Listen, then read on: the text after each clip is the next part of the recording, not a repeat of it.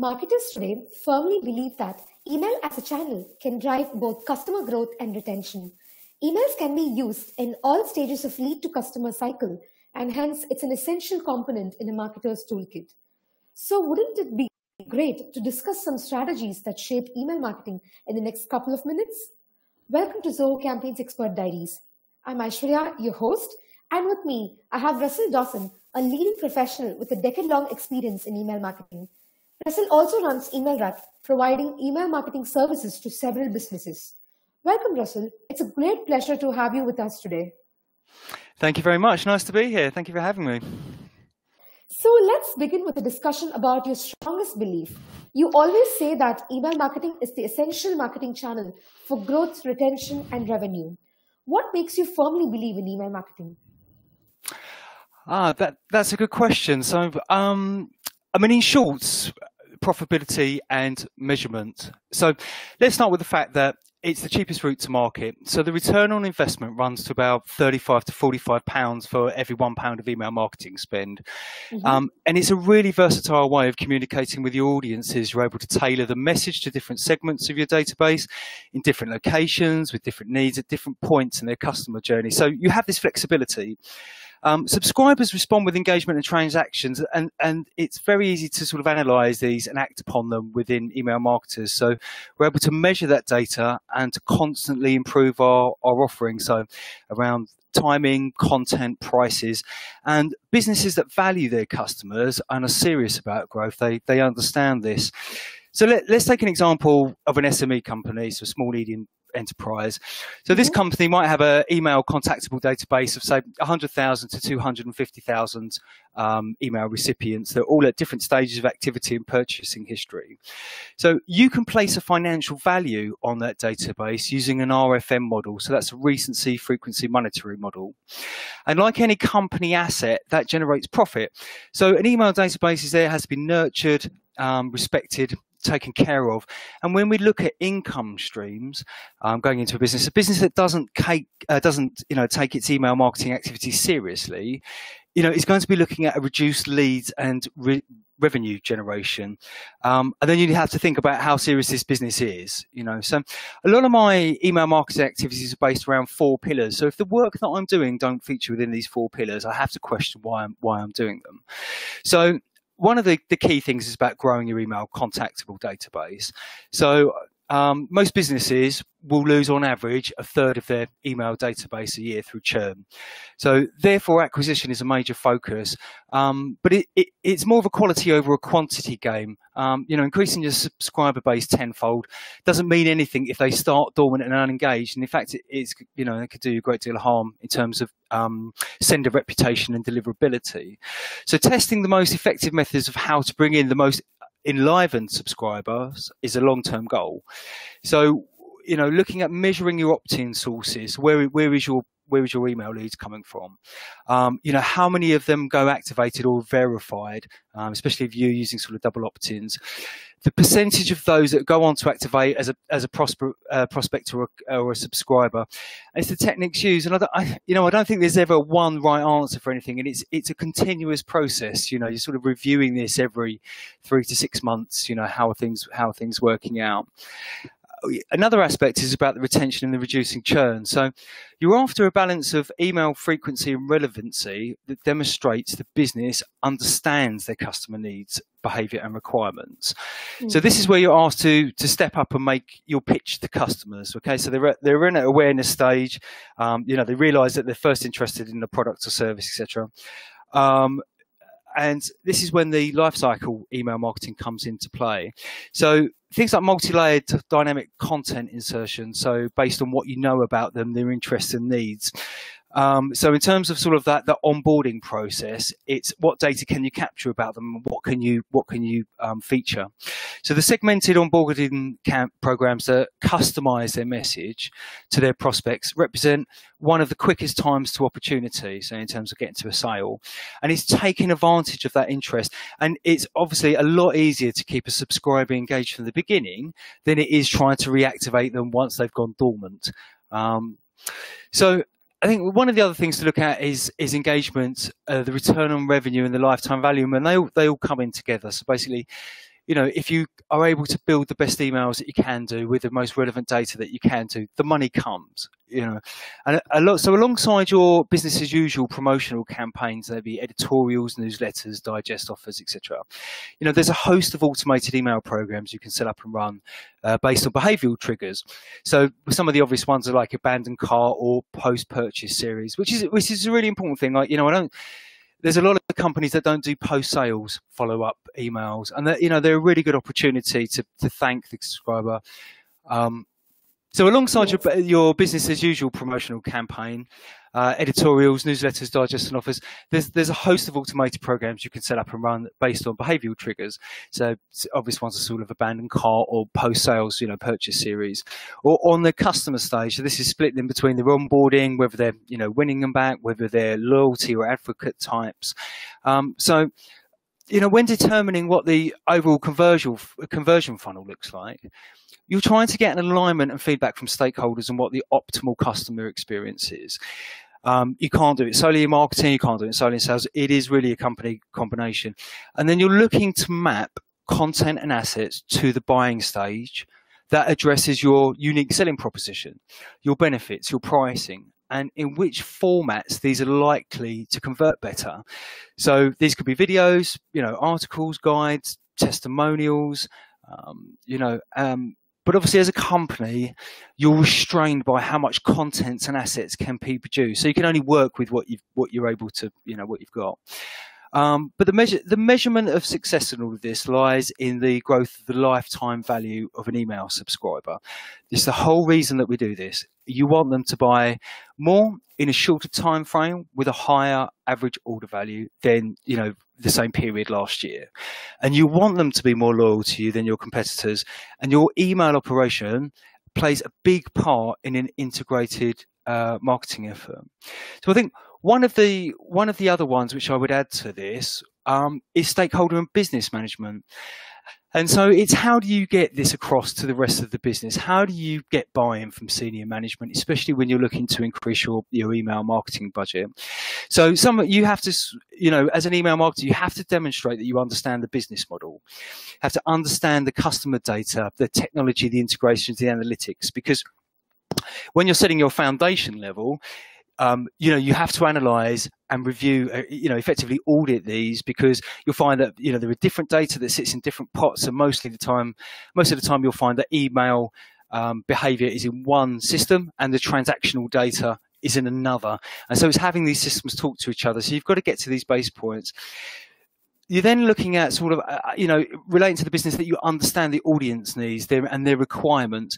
So what I do is I look at identifying, reviewing and documenting customer touch points and the analytics. So this customer journey process from going from start to finish, is there anything that can come out of there, to start with? So alignment and the feedback from the business stakeholders on what that customer experience is, what the alignment and feedback from them, what the overall conversion funnel looks like. So before you start ploughing ahead with your campaigns or with your automations and setting up these life cycle behaviors, you need to have the buy-in from senior management and the business as well. So everybody needs to be on board. You can't, unfortunately, just work in silo. Those days are over now. And so it's a really integrated effort. So, along with, the retention and the, sort of growing your list and growing the return on investment, a big part of it is spent with stakeholder and business management. So that's a really crucial part if you want to progress and get, and improve your email marketing activities. Wow, I see some solid information on why email should be a go-to channel for all the businesses. And you've very well articulated about email profitability and the capacity to measure how email campaigns have performed, so that marketers can hold a grip over their strategies. And the 4 pillars of email marketing, they were just spot on, because you rightly gave an example of how a small business can get started with the whole thing, right? From subscribers to getting through the continuous process and setting all of your other components like frequency, dynamic content, personalization, or, creating that awareness, all of this, right? So I think somewhere, I loved the way you touched upon the different email campaigns that a marketer can send out, and, how to map these to understand the subscriber, their buyer behavior, their journey, and to get the whole picture right. So I think this shows some solid proof on why email marketing is important in today's world where there are multiple marketing channels. So I really thank you for mentioning all of these points today. You're welcome. And I think, so what I try to do is I try to kind of put customer segments into 5 pots. And so these are, the first pot is obviously your prospects. These are people that are coming to your site. Again, they have an awareness of a certain product or service that you offer. So these are the prospects that we're trying to target. The second customer segment is around the activated and welcome and onboarding. So they've given you their email address, so they're obviously keen on hearing about you. Now it's up to you to be able to earn that long-term relationship. So they're giving you permission, but it doesn't mean that you have that permission forever. You have to earn that.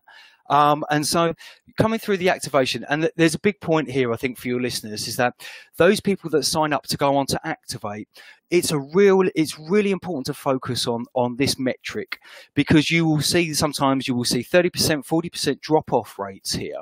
And so it's a very important part to get this onboarding. And so following up with, again, further triggers. Did they verify their email address, for double opt-ins?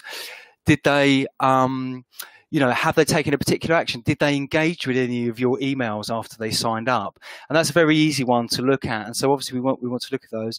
The third section is the third customer segment that I have a pot of is the marketing promotional schedule. So these are normally newsletters, campaigns, timely offers. So I would imagine some of your listeners are working on Black Friday events. There are key seasonal times of the year depending on the sector.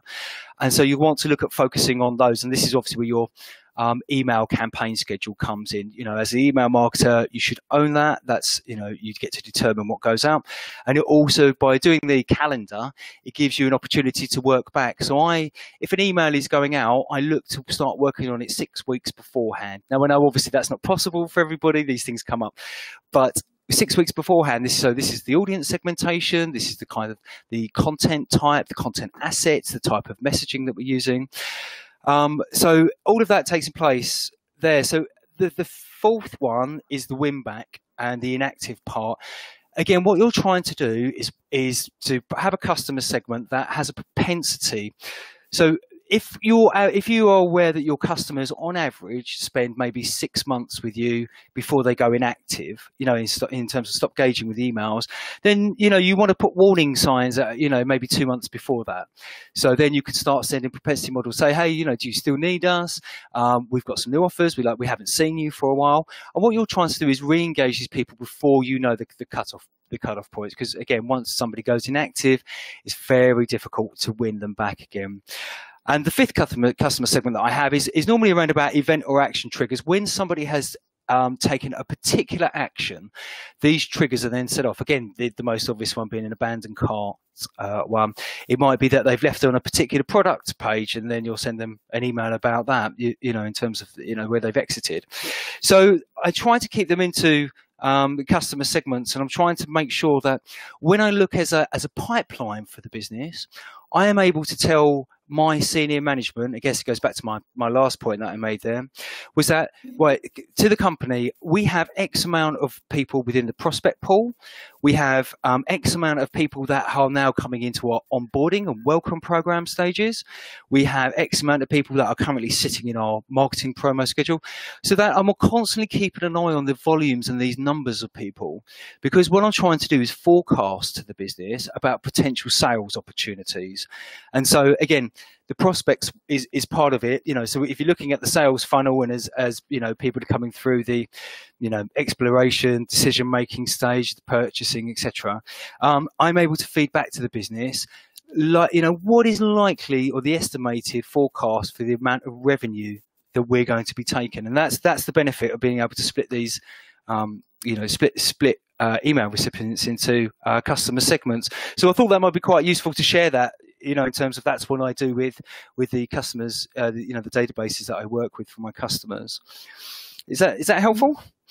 Yes, totally. Because I think I'm so glad that you mentioned about customer segmentation, because even we believe that customer segmentation is a major key in reaching out to the right target audience, because it lets you send the right content to the right set of people at the right time. And Yes. when you have these many customer segmentation, one for each specific case, it'll help you earn the trust and extend connections for longer times.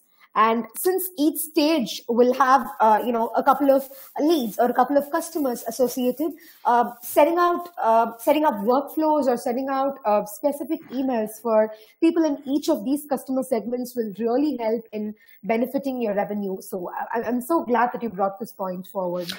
Thank you, appreciate that. And I think, again, sort of going through this, the interaction that somebody has with your brand or your business, and again going into these customer segments and which type of email campaigns are coming in there. So obviously you've got your welcome programs, if it's B2B or some B2C, you can have introductory offers. It's trying to get people to make that first purchase. You've got your newsletters, your transactional statements, etc. Surveys are great. I really love surveys. They're a really great opportunity at the end of, sort of if they've made a purchase or they're engaging with you after 3 or 4 weeks, you want to say, how are we doing? And it's an opportunity to probably acquire more, a little bit more data about your people as well, because, asking them to fill out some information, but also just to see how you're going, how do they rate you? What feedback do they have for you? And then being able to incorporate that back into your next sprint, sort of when you're making those next changes to campaigns or the automations that you have. But I think a big one really that I don't see a lot of is this, early notification that an email subscriber is going to go dormant. And so again, trying to entice them. And also, I mean, as much as I hate to say it, I mean, there are obviously other channels outside of email marketing. So pushing your subscribers, maybe they don't want to engage in email anymore, but if they're following you on their social accounts, that's still very valuable to the business, because they're still engaging with you. Again, for inactives, I don't just base it just on those that haven't engaged with an email, but also those that haven't logged in or used the platform for a while, because they might not be engaging with email, but they're coming to the platform or they're coming to your website. So therefore, I wouldn't class them as inactive. They're just actually choosing to use other channels, and that again that comes into more of a multi-channel mix. Yeah, true. I think welcome emails are the first tools that help you connect your brand with the subscribers or your contacts. And as you mentioned, getting all the channels as an integrated system into email is essential, because email has that power to reach people across multiple channels and multiple platforms. So as you mentioned, somebody who's landing on your website or somebody who's checking out your service, all of these people can be equally engaged with an email. So yeah, it was right. That's right. And I think from an email marketer's point of view, and especially working with the data, I mean, some of your audience will be responsible for the data as well, and some will have separate data teams. But really, it's about having these segments already mapped and available for campaign use within the data sets. So one of the key factors that I look at is mapping out the customer personas. So 4 personas that are based on the businesses. Customers, for B2B and a B2C cycle, looking at these demographics or the firmographics, the type of companies that we want, and being able to map these out within the data that sits within your email service provider. So things like the age, location, business size, sort of previous, if you've got any sort of appended information about sort of the spend, etc. So that if it allows you to be able to react quickly if campaigns come up. So obviously things happen on social media, things happen in the news, and so you want to try to one of the most highest engagement is topical content that's based around what people is out there in the the wider news, or the what's going on in the market, etc.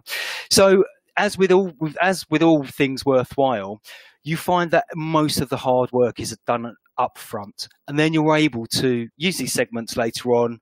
And it's it saves you a lot of time, but again, they're available there, ready to use. And I think that's being prepared, for any eventualities, is a good trait of an email marketer.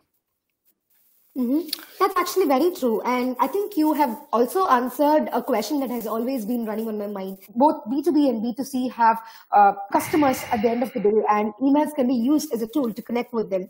And yes, bigger businesses come with their own set of challenges, and Yes. B2B environment will have longer and complex decision-making systems because they deal with leads and customers from various stages and backgrounds. But I think, as you mentioned, having a clear customer segmentation at every level will help you focus on the right set of people at each time possible and help you send the right emails thereby.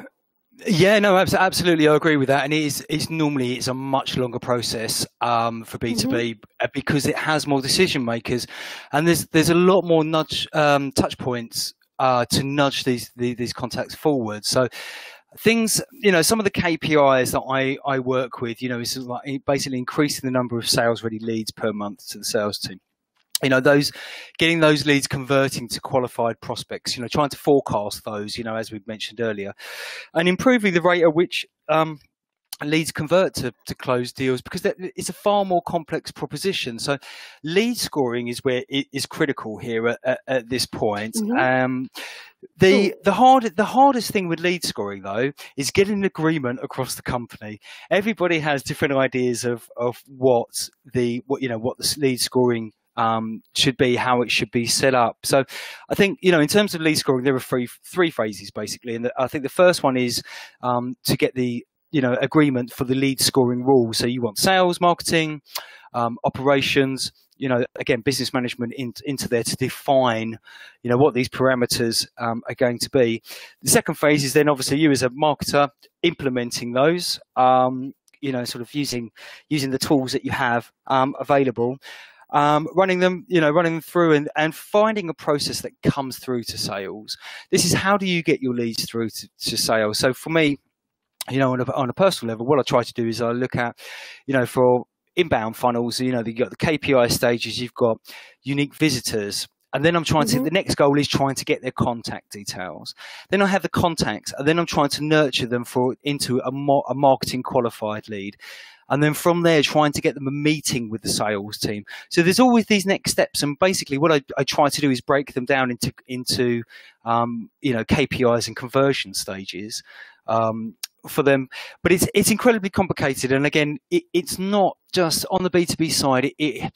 Marketing is one part of the mix. You need your sales teams here, and you need to be aligned with your sales team so that, reasonably hot leads, pick them up. They can give them a call. If they're not quite ready yet, they can go back in. But they need to change these statuses within, your CRM or your data, so that actually they can go back in and start carrying on being nurtured. So a lot of people that have the leads, they get lead scoring, the sales team give them a call, they're not ready, nothing happens, etc., and then they kind of disappear and go off into the void. But actually, you've got to keep recycling these leads. They've got to go back into more further nurturing programs. Whereas, at the B2C side, it's a lot more emotive, and I think it is a far more quicker process, if I'm honest. For the companies that I've worked with, it might not always be the case, but it is dependent on size, and the larger the business size, the more complexity is included. So on a B2C or B2B, and you have more chefs in the kitchen, basically. More people want to get involved. Yeah, more people want to get involved. More stakeholders want to have, and this is where obviously you sometimes have issues working with, senior people around the business that maybe aren't as knowledgeable about you on the marketing side. Etc. They've been there a long time. This is the way we've always done it. You have some objections to it with those. But also, I mean, the more people, the more complexity you have, the longer the workflow, the more risk you have as well. And if you think about, again, from our point of view, with the GDPR, sort of from last year, I mean, we've got, really need that security in data handling and processing. These, sort of using, spreadsheets for data. Everything needs to really be, locked down and sort of, access only when, for the right people. Obviously, every business is different, and again, it's to reiterate, I don't ever think there's one answer that would cut, that is universal for all companies when it comes to email marketing. Yes, yes, that is very true. And I really like the way that you threw some light upon the challenges in the actual customer lifecycle mapping, seeing how a simple thing like lead scoring, which might look simple from the outside, what what is actually involved in lead scoring is Yeah. the agreement or the entire process to set it up. So I agree. I totally agree with that point where you said lead scoring needs a total consent from all of the marketing and the sales or the services people from a company. And the whole process is a step-by-step approach where a lot of minor things need to be covered before the major lead scoring actually happens for your leads or customers. And Absolutely. yeah, exactly. And, as you said, all of these regulations like GDPR and the other email marketing laws are putting some weight on security and data handling and processing. And I see it as a better way that email is approaching, because the more regulations come in, the more email is becoming the safest and the easiest and the most reliable channel to be used, and that too can contribute to the revenue in a very elegant and a better way, in my opinion. So yeah. Yeah, certainly. And I think this is where email comes into its own, is because of the analytics of it as well. So again, I think, some of the easy ways to start with the lead scoring is sort of, based on the customer personas and these demographics. And so by splitting them out, you're able to see in terms of open rates, click rates, and so a lot of my measurements, a lot of my KPIs are based around the click to open rate. So those are people that did open this email that went on to click. And I find that is, a great indication that I got the right message to them. I got the right content to them. But the actual level of insight, when you can then start drilling down into what type of customers opened this email, what type of demographics did they have? Where did they come from in terms of opt-in sources? And I think we have an advantage with that over, over other marketing channels. That's not to say, one of the, biggest opt-in for us is social media. So I tend to use social media for opt-ins, getting new subscribers on our email list.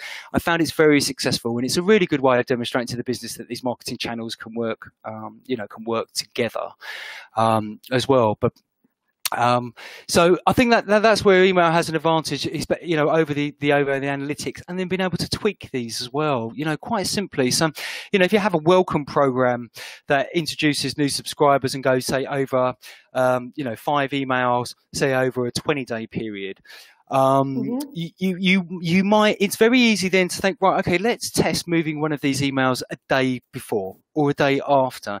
And it's relatively straightforward to do. It takes a couple of minutes if you've mapped it out sort of within your ESP. And it's a really good way of, okay, well, can we shorten this welcome program?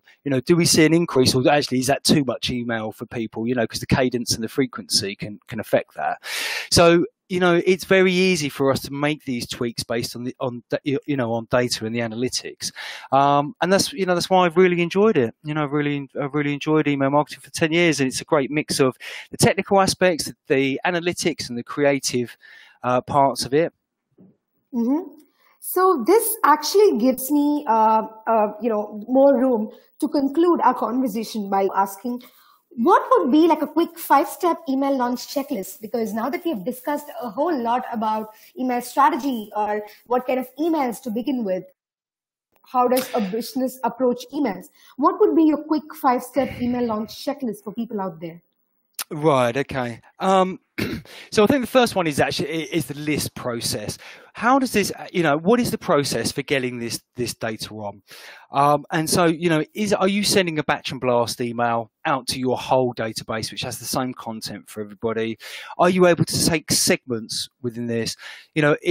How does the list get into your ESP? So not only have you got the technical side of it, so the data side of things, but you've also got how this list process works before you even send the email out. Who are we targeting? The second step is what you would call the holy trinity, which is the from name, the pre-header, and the subject line test. So these are, again, if a family member, your partner, your sibling, if they email you, doesn't matter what the subject line is, doesn't matter what the content is, you will always open it because you're being familiar with these people. So I think one of the things, make sure you're getting the right from name and test that out as well. The pre-header as well, to make sure you can, add a bit more curiosity or insight, or to, answer the question that is posed within your subject line. And so that, again, personalization. Please, if you absolutely have to try personalization within the subject line or the pre-header. The next step is, how does this is the rendering, across the majority of the clients or inboxes that are on your list. So how the HTML renders, first off, you have to look at your data list and get information about what type of operating systems these your subscribers are using. What type of devices is it? Is it desktop? Is it tablets? Is it phones? And then what type of email clients are they looking on? Is it webmail? Is it the apps that they have? Is it on the the default, like the Apple mails? So you want to have a look at, well, what is the largest percentages that covers the majority of my audience here? You're receiving emails where the HTML is broken, everything, the rendering is incorrect. That's going to be a major put off. If it's not responsive, I would imagine these days that everybody's email should be responsive. If it's not, you need to address that, very quickly. So that's the other thing. How does this email present on the majority list? You don't have to get everybody, just the majority that's on your list. Then you're looking at the proofing stage. So before this email goes out, you have to proof for the content and the message variances. So this is where dynamic content comes into play.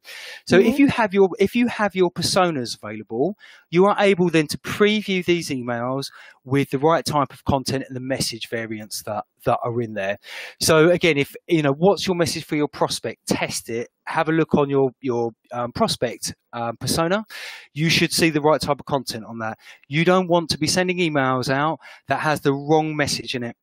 Before I send an email out, I email the business, or to let my stakeholders know that there is an email going out, so they get to view it before time. So obviously, we have a workflow as email marketers. We have an approval process. Normally, it has to go through the marketing director or marketing manager, up and then back down. You'll have a number of amends, etc.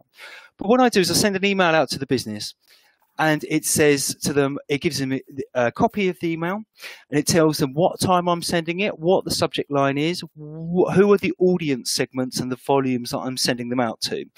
One of the horror stories, obviously, of email marketing is that we know that once you send an email out, some platforms will allow you to change the links behind, but effectively once it's gone, and there is nothing you can do about it. So going through this checklist, going through the pre-checklist, these 5 areas, and having an email going out to the business gives you peace of mind, because if someone comes back and says, oh, hold on, something wasn't right, and he was, well, hold on, I sent an email out 2 hours beforehand. I asked everybody for the feedback. If there's any queries, people can contact me. Just to recap, the list process, your from name, pre-header and subject line test, the rendering test across the majority of clients, your content and dynamic content, message variance proofs, and the email to the business. So they would be my five lists. And it doesn't matter how long you've been doing it. I've been doing it for 10 years, and I always use a pre-checklist before I send. So that would be my recommendations, before sending an email out. Wow, that was like the perfect email launch checklist, because all the points that you covered were actually essential points for marketers to begin with. And I hope everybody who's listening now would, get the right points from you, so that they can just start with all of these actions that we just discussed. Now, as I look back, I see that today we have discussed a lot of pain points, a lot of advantages, the technical nuances or the business backgrounds. To email, there are many facets, and I love the fact that we discuss all the facets of email marketing, so that any marketer, be it an owner of an SMB or a tech organization, anybody could begin with email marketing in the most simplest format. Yes, absolutely. And I think regardless of whether you're B2B, B2C, how large your business is, I think there are fundamentals that you can follow. And that is about respecting your subscribers, delivering on what you promised you were going to deliver at the point of sign up, and a continued earning of that respect and that permission to be allowed to email these people, to be able to deliver communications into their inbox. So regardless of size, regardless of your verticals, your markets, etc., like that, there are these principles that apply to all business of all sizes in all in all sectors. So I hope that was helpful. Yes. Totally. I think it was an absolute delight for us to talk to you today about all of these email marketing strategies and ideas and best practices. For all the listeners, I think they would absolutely love to connect with you on social media to hear more about what you've got to say. And, all of your opinions would definitely help them build their best email marketing efforts in the days to come. Thank you so much, Russell. So today's session would have definitely been an eye-opener for all of the email marketers out there, be it whether you're starting out or be it you're in the middle of achieving something big in email. All of the strategies and best practices of today will definitely help you build your email marketing program. To listen to more such email marketing conversations, please keep tabs on Expert Diaries from Zoho Campaigns. Until the next session, bye-bye.